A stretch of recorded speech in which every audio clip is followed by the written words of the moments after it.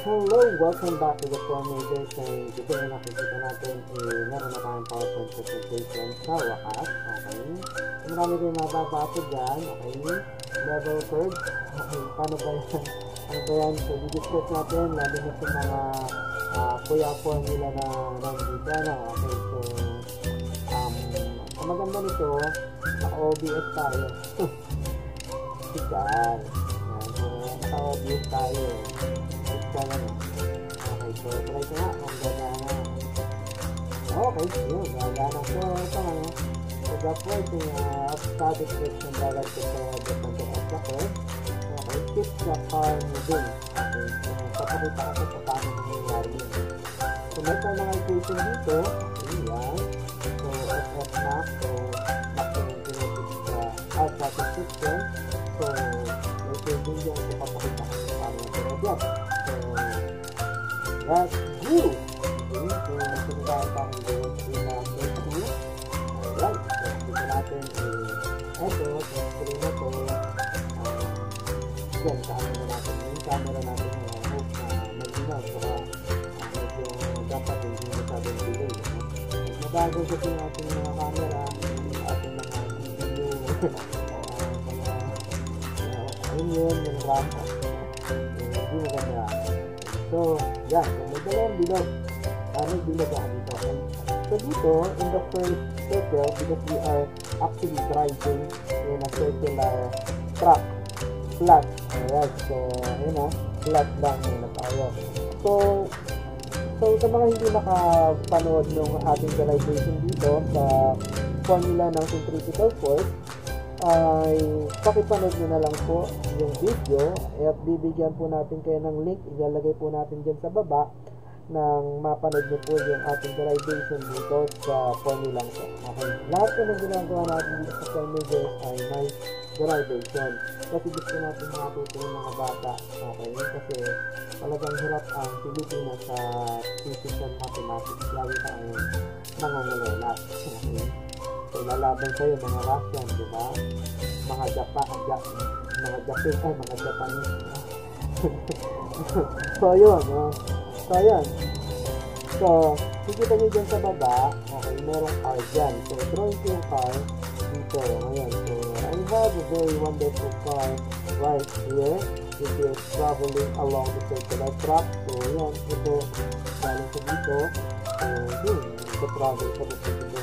So, it gives rise to a centrifugal force.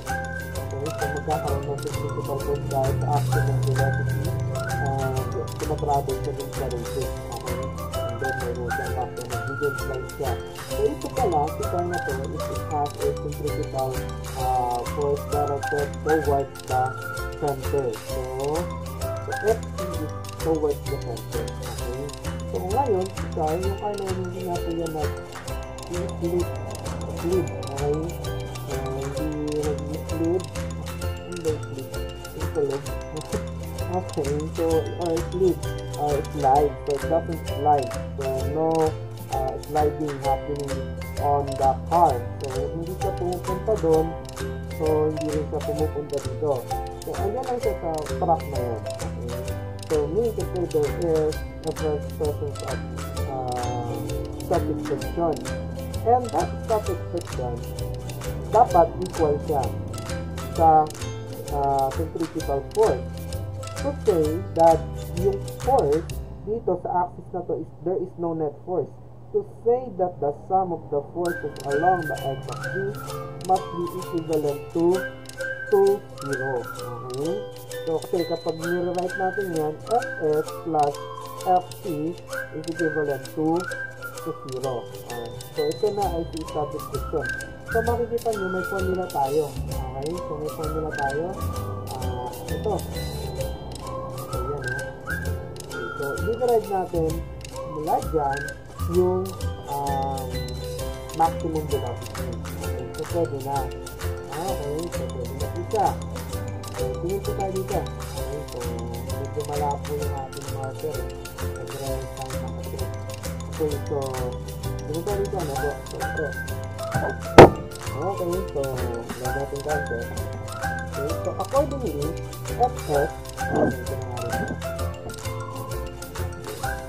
Fs is equivalent to coefficient of friction times n, and that is equal down to Fc, which is equivalent to, eto nga po siya, n d squared all over r. Okay, so free body diagram natin, kailangan maintindihan nyo, okay? So, ganito yung front ng car, front lang, okay? So, yan. So, kunyari lang, no? Ito yung radius, okay? So, kunyari dyan, nandito ka sa gitna. Okay, you're standing there. You will feel the force kapag sinali mo yung kotse, pinipigil na mo siya, let's go ko ka, o kaya si malakas na si Saitama, okay, may tension dyan, so that is equivalent to centrifugal force. Ngayon, dahil hindi na mag-slide yung kotse papunta doon, o kaya palabas, andito yung ating topic friction. So, kailangan equal yun. Okay? Kasi kapag hindi equal yun dito sa pwersa na to, i-slide po siya papunta doon, o kaya papunta doon. Alright, so ganun yun. So, ang free body diagram natin is eto, yung weight niya, okay, weight nitong ating car, engine, that is also equivalent to the normal force. Okay, so na nagpupush dun sa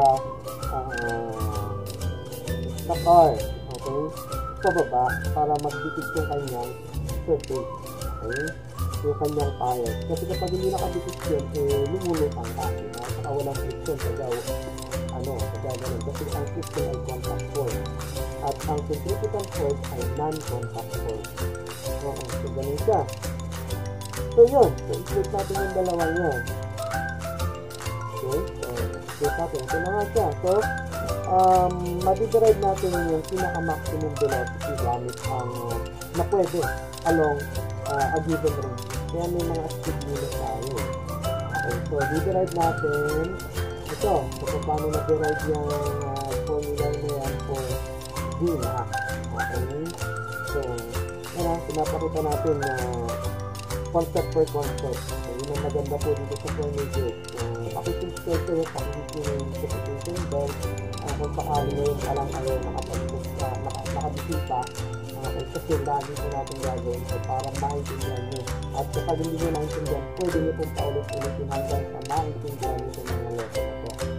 Okay, kasi bihira lang po kayo makahanap ng magaling at paliwayas na physics system. So, hindi ka po tulugan ay malamang talaga po hindi po nila alam yung nakakalaga.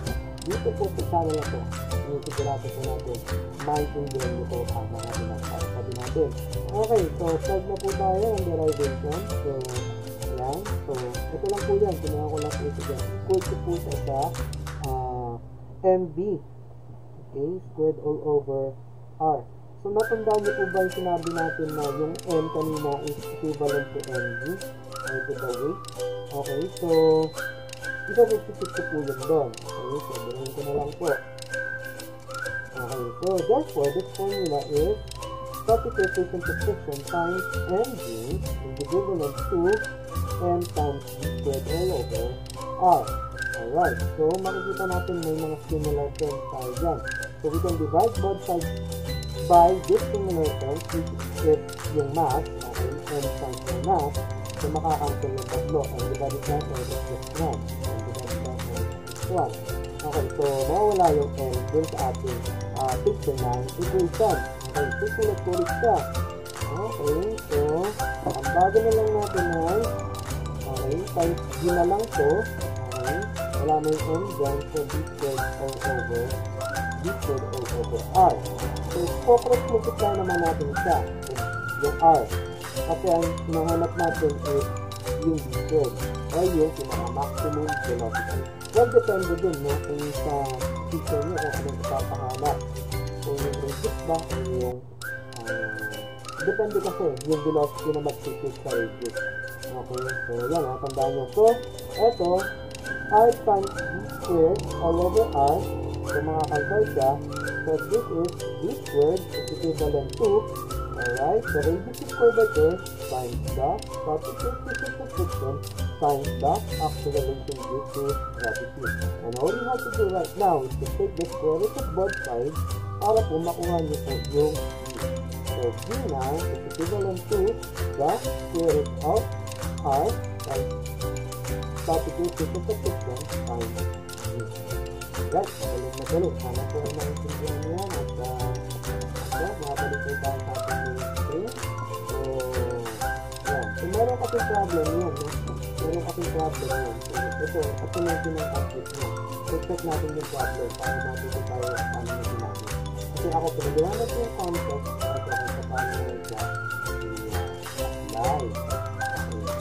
So, let's go back. Alright. So, baba ko lang ito. Alright. So, makikita nyo po. Okay. So, there you go. 1,500 kilograms are moving on a flat horizontal road and navigate across as shown. Sabi navigate, tries to navigate siguro. To navigate across as shown. If the radius of curvature is 35 meters and a surface of the static 60 meters and the gradient is 0.573, okay, you have to find the maximum speed that the car can have as still make and turn successfully. So, yun yung okay, so yun. Pinag-drawing natin. So, yan. Ang solution niya, yun. Yung ginawa natin. Okay, so yan. So, ang pinaka-maximum speed lang daw niya is 13.4 meters per second. So, kapag lumampas siya dyan, naglampas-lampas siya dyan, hindi set lang yan. Baliktad yan. Mawawala sa track niya. Baka medyo mag-insert siya. Alright. So, hindi pa ulit nakaka-subscribe. Thank you for watching. And today we are going to discuss the equations of motion that has something to do with an object traveling on a circular track and which is actually inclined. The car is traveling in a banked circular track. So the first step that we're gonna do is to analyze the interacting forces acting on this car. So here is the animation of what is going on if you're traveling on a circular track which is actually inclined. Alright, so here it is. So I want you to notice that there are arrows over there, and these arrows are actually the vector representation of the forces that are interacting or in action in this particular object. So the first major force that is acting in the system is the interaction of gravity to the mass of this particular object in, which is given by its weight. That is directed towards the ground.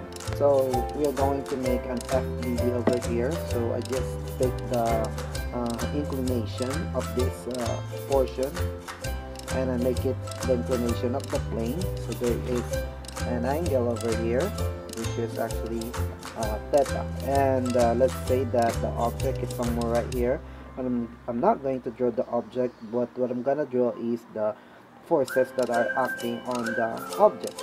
Okay, so it says that the weight is directed towards the ground, so I'm gonna draw that. So there you go. So this point is the center of gravity. Okay, I'm gonna teach you all about the center of gravity in our upcoming videos.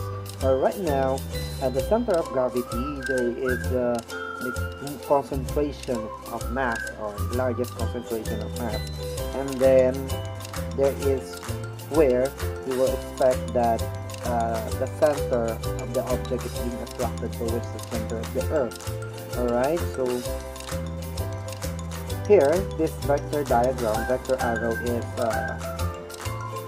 representing the weight of the object, and that is directed downwards. Alright, and okay, so there is a force that keeps this particular car on the surface. Alright, and that's what pushes the car against the surface of the pavement. So that force directed towards the surface is what we call the normal force. And the normal force is perpendicular to the surface. So um, this is the surface, so we have to build something that is perpendicular to this one, and that is what we're gonna call the normal line, or the normal force acting to the object. And actually there is a force that tries to stop the car from sinking. Alright, so if the car is pushing the ground is pushing the car, so that there is no net force along the y-axis.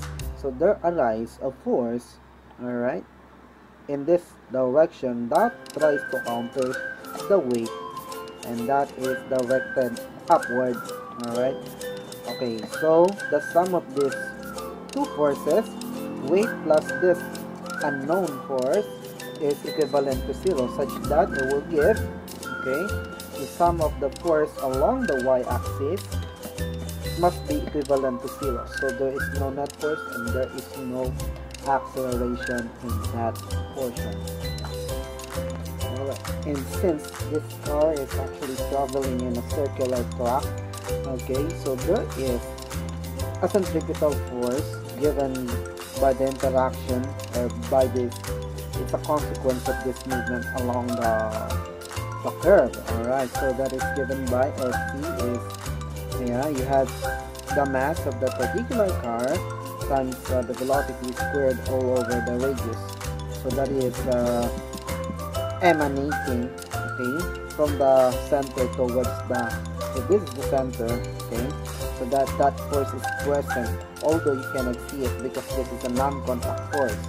Alright, so to prevent the car from going that way, sliding, or going this way, there is friction. Okay, so there is a friction that is acting on the tire, so that it will not slide towards that direction, nor slip down towards this direction, and that is given by Fs, and that is acting against the surface. Alright, so if the centripetal force is going this way, the orientation is always opposite.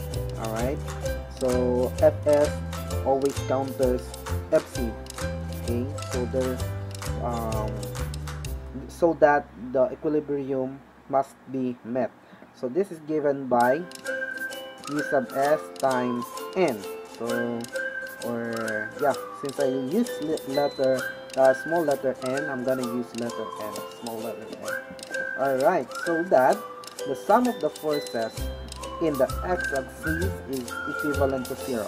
Alright, so what's with the x-axis? Actually, this is not the x-axis, but if we are going to make it easier for us, we can tilt it down, alright, such that we can use this as our new axis for the x-axis. Alright, so that is the sum, that is Fs, alright, plus Fc, yep, is equivalent to yeah, 0, because there is no net force, and it tries to negotiate or navigate along the curve without sliding. Okay, so there is an animation right here, so I hope you can visualize more about the interacting forces using this diagram. Alright, so let's go and solve equations. Alright, because all I've shown is the interaction of the forces, and that's very important. Alright, you will not be able to solve these equations if you do not know the orientation of the forces. Alright, so that's the big difference between just pure mathematics and physics. Alright, and to complete the equation, okay, so I want this unknown force. Okay, so this unknown force will tend to balance the forces in the y-axis, such that there will be no acceleration or no net force. Alright, so this component is very important. Alright, so I'm gonna name this component as V. Okay, so what can we do to solve that? Actually, this angle is equivalent to this angle. So I'm gonna redraw this, and yeah, there you go. So okay, so I'm interested with this, and we can get this using the cosine function. Okay, so cosine of this angle. So cosine theta. Alright, so this is the relationship between this one, because this is adjacent to theta, which is v over n. Alright, so this one is actually n cosine theta. Alright, so that is equivalent to v. Okay, so we can say that we have a complete equation, and that is the sum of the forces in the y-axis is equivalent to, well, that's the weight, and that is negative, plus this one, n cos theta. So this is equivalent to 0, so we can actually get the weight to the positive side, which is equivalent to mg. Okay, it's equivalent to n cosine theta. Alright, so we can actually get for n, when we divide all of these terms by cosine theta. So if you divide that by cosine theta, you will see that, yeah, so n, which is this n, is equivalent to mg cosine over cosine theta. Alright, so we have a wonderful equation. So this is the first one, and this one relates the weight using mg, and this one is equation for n. So we have three derivations that we have made from that simple relationship. So now we are going to analyze the force along the x-axis, and this Fs and Fc. So yeah, the orientation of this force is going that way, and this force is going that way. So, and whenever, okay, so this force actually changes from time to time. So the orientation of this force changes from time to time, depends on Fc. Okay, so if Fc is going that way, Fs is going this way. So at all the times they have opposite direction. So since they have always opposite direction, this one is actually plus negative. Okay, so this one is always, so the negative sign implies that Fs is always acting opposite of Fc. Alright, so the new formula is Fc is equivalent to Fs. Okay, only that they have different direction. Alright, so we have formula for this, which is m v squared over r, and Fs is, alright,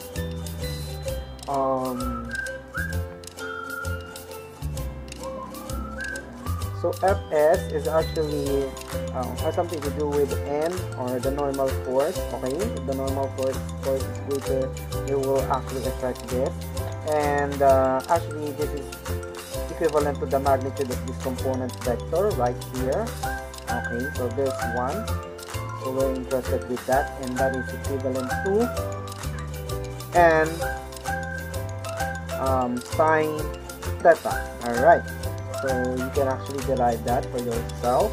Alright, so I've given you Fs is equivalent to, yeah, this one, and actually you can derive for n. Okay, and you will see that n is actually equivalent to this. Okay, so in this equation, we regard the frictional force to be just equivalent to, well, yeah, just equivalent to this, but actually frictional force might be needed. Okay, so I'm gonna show you a different derivation for that, but for the meantime, we say that there's no need for that force. Alright, so if alright, so we can actually find v squared and the right radius, alright, and the right banking angle. So fs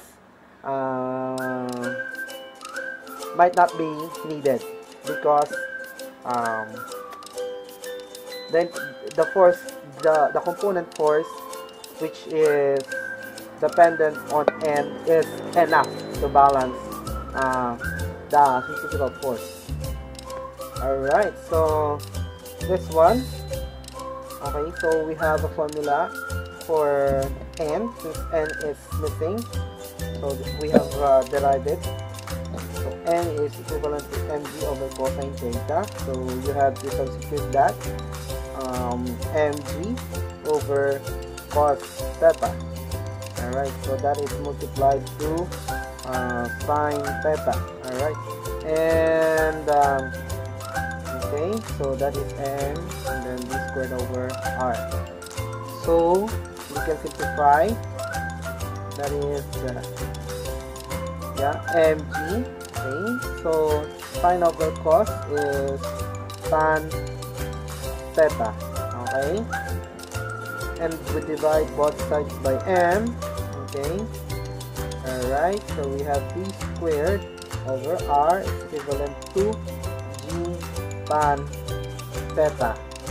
Okay, so dividing both sides by g, we have b squared is equivalent, we can actually cross multiply, or if you're going to find b squared, that's it. So you have b squared is equal to rg tan theta. Alright, so you have to get the square root of that, so that would be, so b is equivalent to square root of rg tan theta. Okay, so I hope you follow. And then now we are going to consider the frictional force in the next derivation. So we find the ideal angle. Alright, so using this equation, so I just divide the previous equation by g.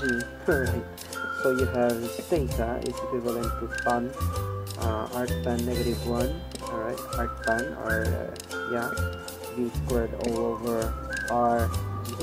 And you will notice that if b squared, or the velocity squared, increases, so that the angle will also increase. Alright, now we are going to consider the effect of the components of friction. Okay, so I'm gonna redraw this and take back to the previous to the original vector diagram, so that we can understand this better. So here again is the for animation. Okay, so we are going to analyze the effect of friction. Alright,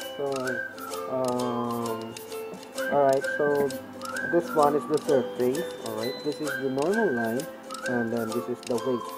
Okay, the component of this is actually what counters the weight. Alright, so we have derived for that. Alright, and we know that that will be equivalent to, so that is equivalent to v.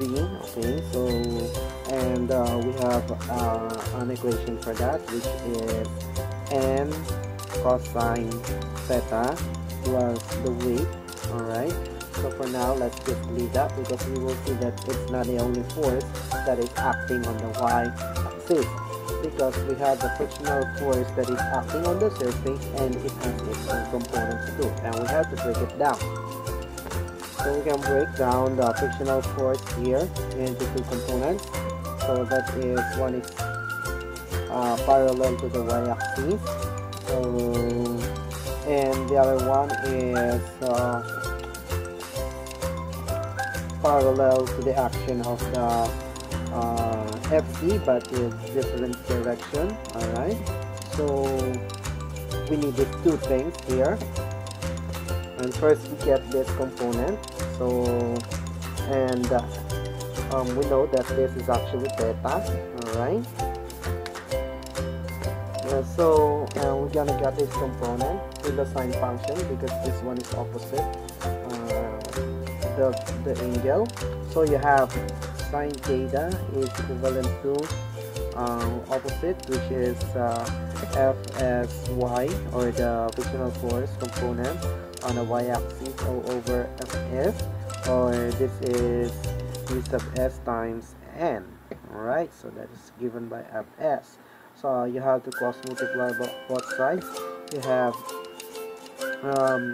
frictional static coefficient times n times sine theta is given